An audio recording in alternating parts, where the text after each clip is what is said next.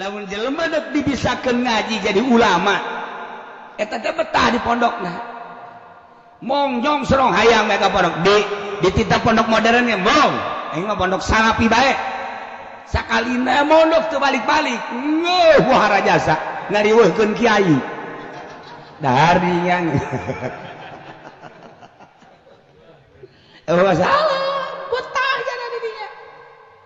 ngaji johar segala rupa kan betah emang pikiai tuh di pondokna di samping betah daek ngaji aya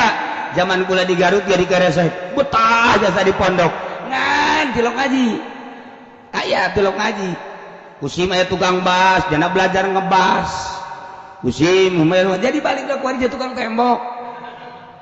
padahal ngebas ngaji ayo pik ieu mah gadekeun ngaji teh dibere resep bae pik ieu mah dibere resep ngadekeun jadi dibere paha komponenna dibere kos itu dasar komponen teu bisa ngaji mah sakitu keur ngaji hees eta kaburu teh heran masyaallah bisa coba sok kaju jak tunjuk atuh rasakeun bae ku sorangan komponenna beda dibagi-bagi ku Allah Masya Allah karim nah urang mun ningali Kangjeng Rasul Isra minal Masjidil Haram ilal Masjidil Aqsa alladzi barakna haulahu linuriyahu min ayatina minal Masjidil Aqsa ila Sidratil Muntaha sakiceuk atuh lain di alam ieu nyana balik ke alam asli lamun Tuan Abdul Qadir keliling kemudian ke alam gitu hewan keliling ke alam jin hanya beberapa jam kembali deui atuh lain alam nu ieu nyana balik ke alam asli lamun Syekh Mansur Buyut Mansur Cikadueun ti Mekah ka dieu eta mangan sakadar bahasa doang silulupnya di kitu sumur Zam-Zam sakadar bahasa jang ciciren teu kitu ge atuh bisa lain di alam ieu nyana aya di alam nu eta lamun para aulia Allah bisa ke Mekah lamun aulia Allah bisa ngobrol jeung jin lain di alam ieu di alam eta jadi Pendi pernah kabanggi jeung kuntianak di alam nu eta sebab nyana sapagodos jeung kuntianak saalam salah tuh geus atuh wali mah teu kudu ngaku-ngaku sebab kaparanggih ieu di alam nu eta oja ente oja sia atuh teh kudu ngaku aing wali emang wali oh kok bisa jadi ngaku wali aing kamari ngising ajuk tai aing bisa lempang khawarik kan aing lain parenganan di luhur kuya jadi kuya lempang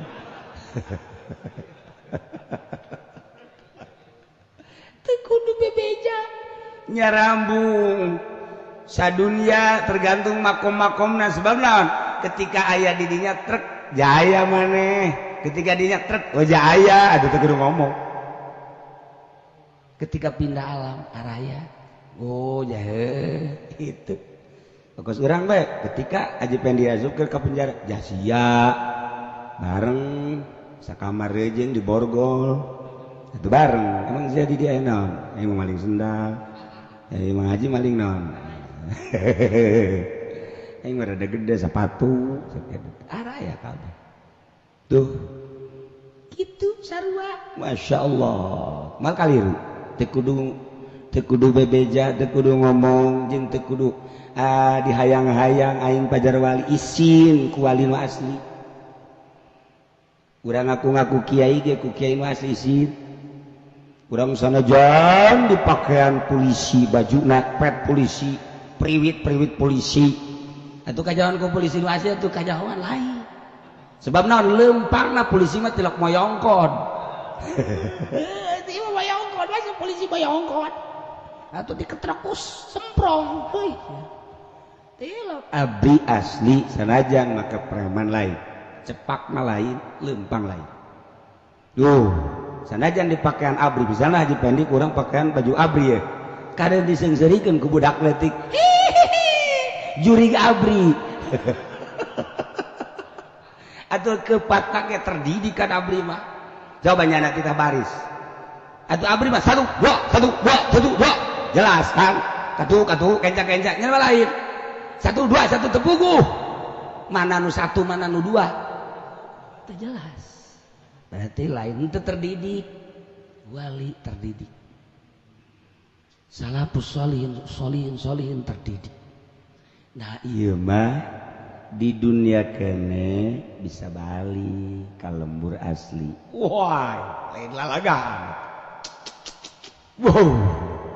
lain memeh dahar ini kudu dahar heula kumaha cara atuh pan urang teh yuladu alal fitrah kullu mauludin yuladu alal fitrah suci sebab baheula urang diciptakeun di alam ruh di alam qalu bala syahid di alam alastu bi rabbikum qalu bala syahid suci tanda suci naon ngajawab urang ketika ditanya ku Gusti Allah alastu bi rabbikum urang kabehan ngajawab qalu bala berarti suci mana sucina atuh berarti urang ngobrol jeung Allah Allah nanya alastu birabbikum urang ngajawab qalu bala berarti luhur kan urang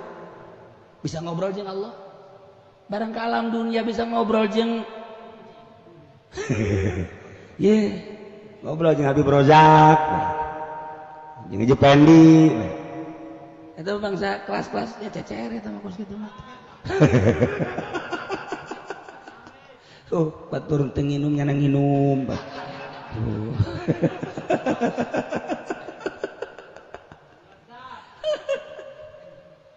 tuh ya suci urang hayang balik deui ka lembur nu asli atuh sucikeun eta mah bisa gak bisa urang balik ka lembur nu asli jangan ngaberatkeun balik ka lembur asli mah ieu teh awak urang teh butuh dahar eta lah nu ngaberatkeun kitu ulah dahar lain ulah dahar tapi ulah jadi gangguan tuh kan nantak minum teh jadi gangguan nu masalah paling nyoki di dinya be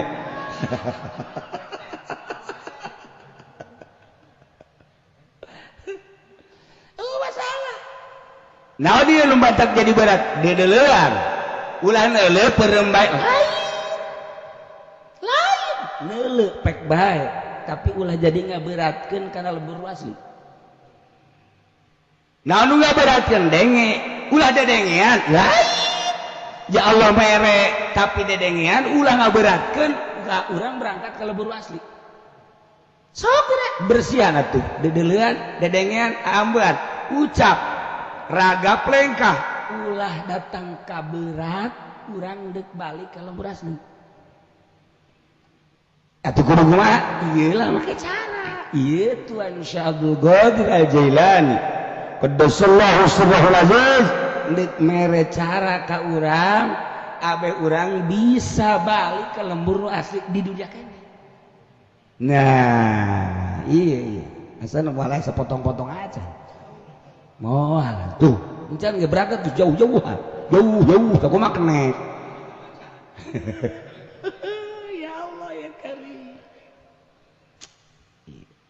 urang lamun nyaritakeun urayan Tuan Syekh pantep amat timbul be hayang coba atuh sugan be bisa tuh nyana kan geus nyaho terdidik di samping laduni nyana nyaho jalan-jalan jang paranti balik ka lembur asli urang dituntun kudu nyaho jalan atuh ngeunaheun tapi lamun urang dituntun kudu teu nyaho jalan urang dek nyolateun me karimpak babalang batang ka belah hajar teh naonan aya jelema lagi goblok jasa mana di tumbuhan mayit pan tolong Masya Allah Karim ndek kondangan kaki ali kadinya ya Allah ulama tenang-tenang teu nyahoeun teu nyahoeun aya sia hirup naon mangpaatna Masya Allah ka imah ge ali bae teu nyaho kudu parkir di ka pasar kemis naonan eta dituntut kudu teu nyaho jalan bahaya komo ka Allah ya Allah mah teu kadeuleu pan cak nu teu neuleuh mah adalah Allah katinya ali biasa Allah mah karasa jangke di sorga katingali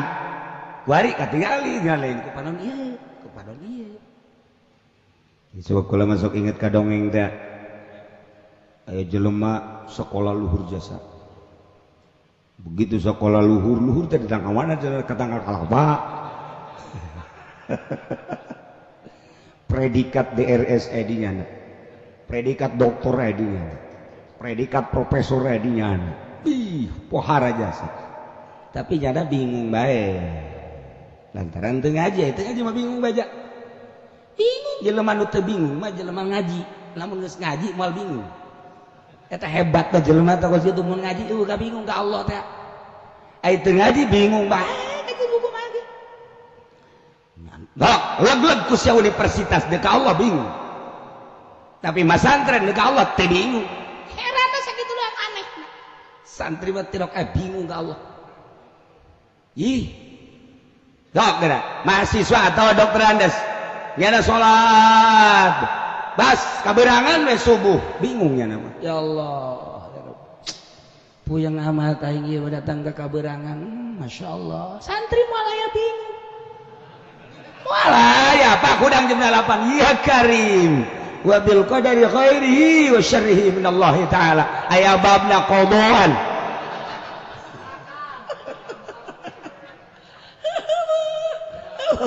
puye go kabeh aya babna nggih santri mah pokona mah ngeunaheun bae iya jelema pinter wah begitu ceramah kan ngabingungkeun bae nu teh nyaho ka Allah mah kan ceramah teh bingung murid teh bengong mah bingung teu nyaho lebah tek hese deuk ka Allah sebab nyaritakeun teh apakah syariat, apakah thariqah, apakah hakikat nyara bingung nyaritakeun upek-upekan di syariat be bosen ngalengka nyaritakeun thariqah can kadunya komo nyaritakeun hakikat mah bahaya upek-upekan deui di syariat bosen syariat mah nyaritakeun teh sakikituna bae rukun wudu rukun salat puasa zakat sedekah beres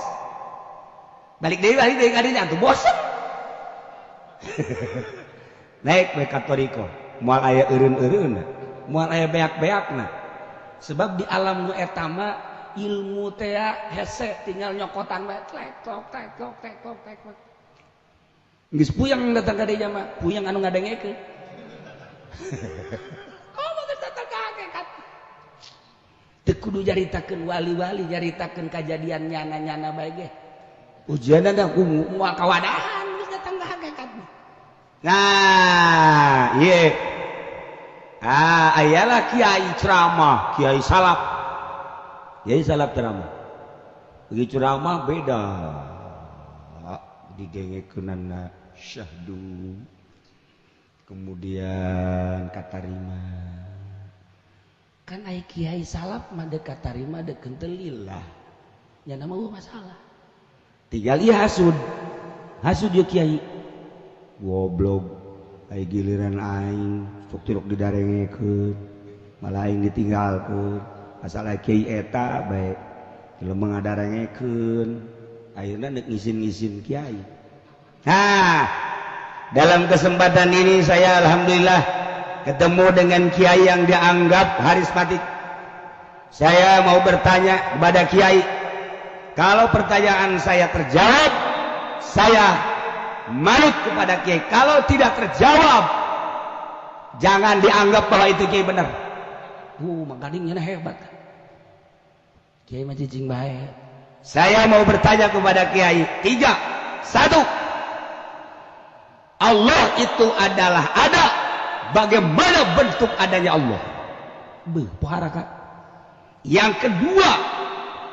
tentang takdir. Bagaimana mewujudkan takdir? Yang ketiga, mengapa iblis itu dimasukkan ke neraka? Walaupun dimasukkan ke neraka tidak akan panas sebab iblis dari api, neraka api. Apa artinya? Waduh. Lamun nanya ke Haji Pendi, mit.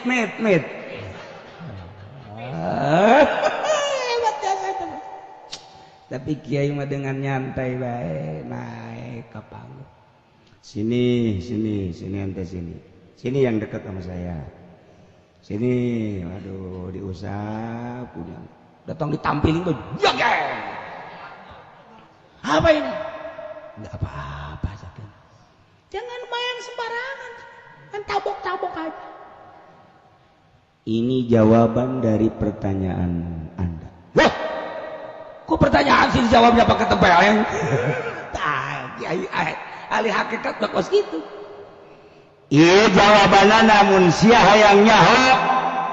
nanyakeun bahwa di mana wujudna Allah. Siapa yang ditampilin nyeri teh? Nyeri. Coba buktikan nyeri di mana? Iya, ya sama pipi nyeri, buktikan ku sia. Kewalahan eta nyeri teh ya, nyeri moal kajahoan di mana ayana nu aya pipi.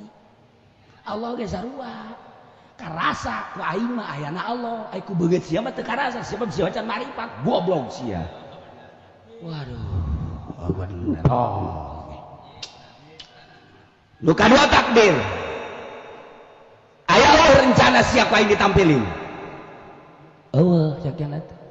Ngimpikeun teh rek ditampilin. Henteu, hayang teh ditampilin. Henteu, ku aing ditampilin eta takdir.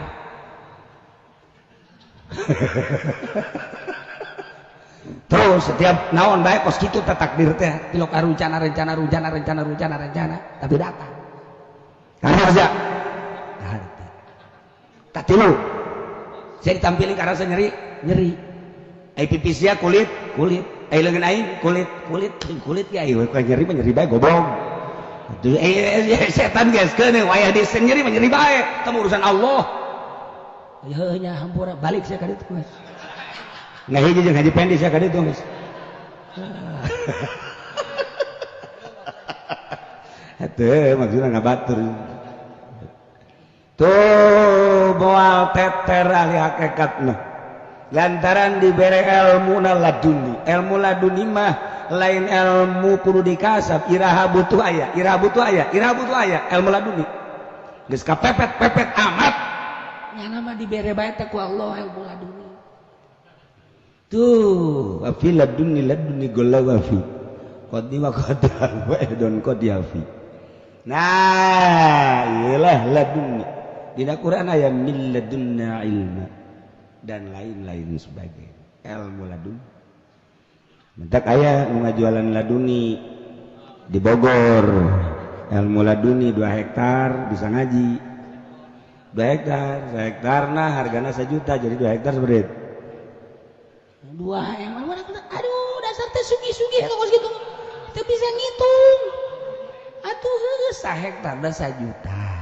1 meterna 1 juta kuari 1 hektar jadi 1 hektar seperti tuh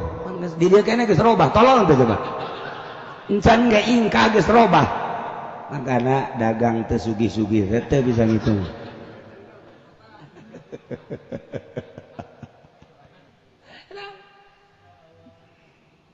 Iyalah dek jaritakeun manusia balik ka lembur aslina padahal mancan maot ai balik ka lembur aslina geus maot batu aneh kabehan ge bakal lantaran engke di ditu bakal dijaza kuari maka pandarul amal jaga madarul jaza atuh kabehan ge barakal ieu mah urang hirup di dunia tapi geus bisa balik ka lembur nu asli masyaallah. kumaha emang kieu fal insanu ala nawain manusia kabagi dua jismani wa ruhani hiji bangsa jisim nomor kedua bangsa ruhani aya dua kekuatan di diri orang hiji kekuatan jisim lohir nomor kedua kekuatan ruhani spiritual ya fal jismani insanul am ari bangsa jisim mah manusia umumna manusia kumaha dahar umumna manusia nginum umumna manusia sare umumna manusia morosotkeun calana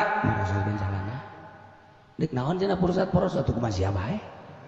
kumaha kabutuhanna ising ki naon deui atuh kumaha sia bae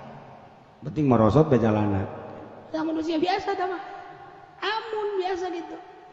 kadang ngerokok kadang ngopi biasa bae biasa kadang lembang kapuri biasa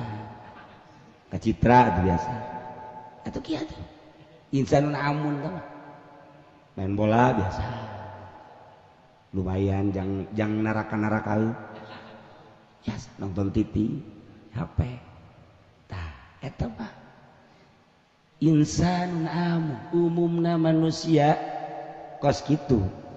ieu mah jismani kembalina kabeh ka jisim neuleuh awewe balik ka jisim denge sora balik ka jisim ambe balik ka jisim